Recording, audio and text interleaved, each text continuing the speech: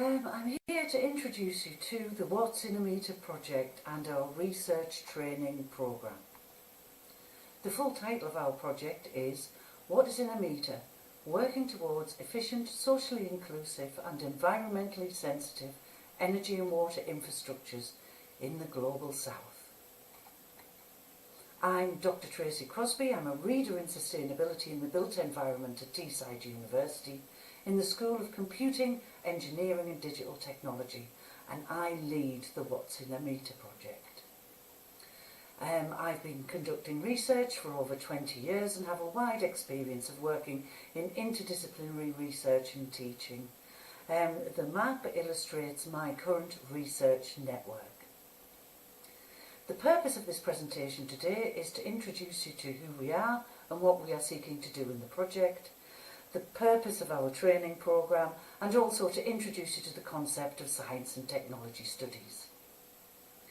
The project not only includes my school, the School of Computing, Engineering and Digital Technology at Teesside University, but also the School of Social Science and Law at Teesside University and the Indian Institute of Technology in Bombay, specifically researchers working in the Centre for Urban Science and Engineering.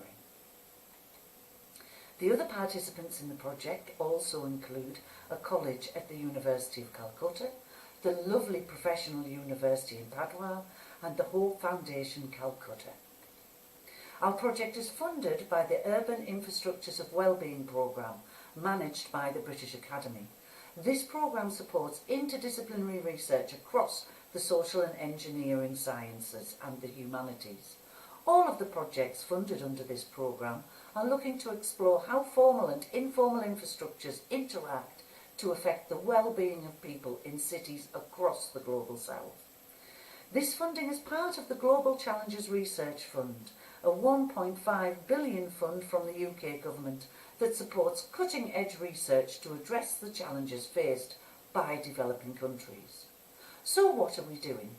We are investigating how access to key essential services is being reconfigured within metering technologies currently planned for and implemented in rapidly growing cities in the Global South. We are using Greater Mumbai in India as a case study. The goal is to inform the implementation and use of metering in ways that encourage social inclusion, environmentally sensitive consumption patterns, and reduces health inequalities. The whole project is underpinned by science and technology studies.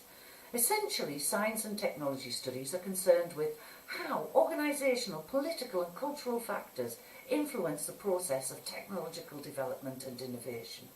And in this project, we are specifically concerned with how current organisational, political and cultural factors in the Global South and the countries within that are influencing the implementation of energy and water metering.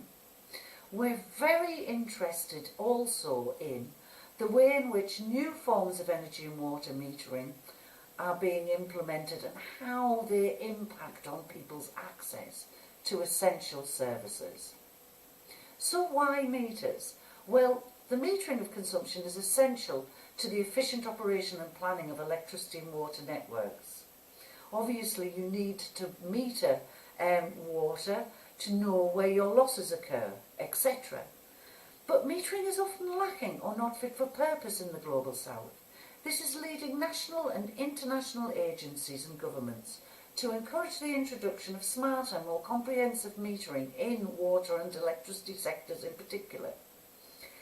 Energy and water meters are gateway technologies that control access to energy and water, and they're being used to re-engineer the provision of electricity and water in the Global South. But the choices of meters are not merely technical ones. There are multiple opportunities for the development of environmental and social applications within smarter metering systems, including improving the efficiency of energy and water networks, providing customers with cost and environmental messages through user displays, and providing access to low-income groups via prepayment meters. The take-up of these potentials is strongly framed by the competing economic, political and social priorities of the countries in which they are being implemented. So why meters in India? In India, new forms of electricity and water metering are currently being planned and or rolled out, and they offer a radically new potential for controlling and reshaping the vast water and electricity infrastructures in India's rapidly expanding cities. The UN Sustainable Development Goal 3, good health and well-being, cannot be met in India or the rest of the global south without universal access to electricity and water. And without improved metering, which will improve efficiency of the networks, universal access to water and electricity cannot be achieved. So, in a sense, metering is essential to the achievement of Sustainable Development Goal 3, good health and well-being. The question is, what are the impacts of the new forms of metering on water and electricity, the new forms of water and electricity metering on the efficient use of limited resources, on formal and informal access to electricity and water, on inequalities in health and well-being of the population in general and those living in poverty in particular. The approach adopted in this research builds on research which was conducted in the UK in the 1990s at Newcastle University. This work looked at pathways of metering development, and it found that during the 90s utility meters were being transformed from simple measurement devices to complex socio-technical systems, enhanced by the addition of new informational and communication capacities. And this work also found that the take-up of these potentials is strongly framed by the then competing commercial priorities established by the then ongoing privatisation and liberalisation of the UK utilities industry.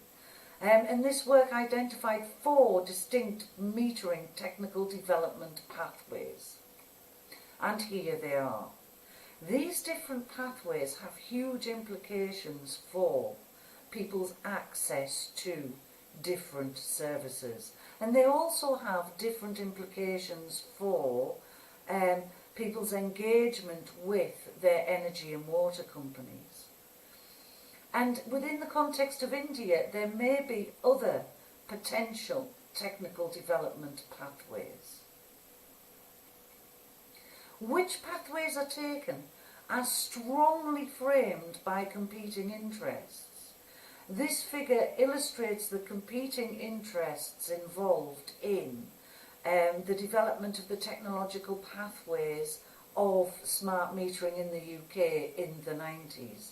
And it shows that you have metering manufacturers, regulators, international standards, governments, utilities, advisory bodies, environmental interests, users and consumer groups, all competing together to drive forward different approaches to energy metering and water metering. And it's no different now in the Indian context. And this is what we want to unpack as part of the project. We want to understand how competing priorities coming from different stakeholders are shaping the implementation of energy and water metering in India.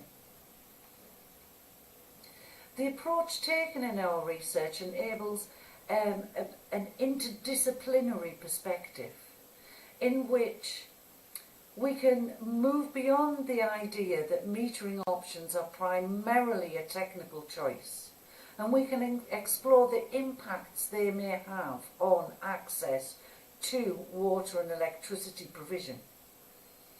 So in order to move beyond this idea that choices of meters are merely a technical choice, our research draws on insights like STS from sociology, but also electrical engineering and public health.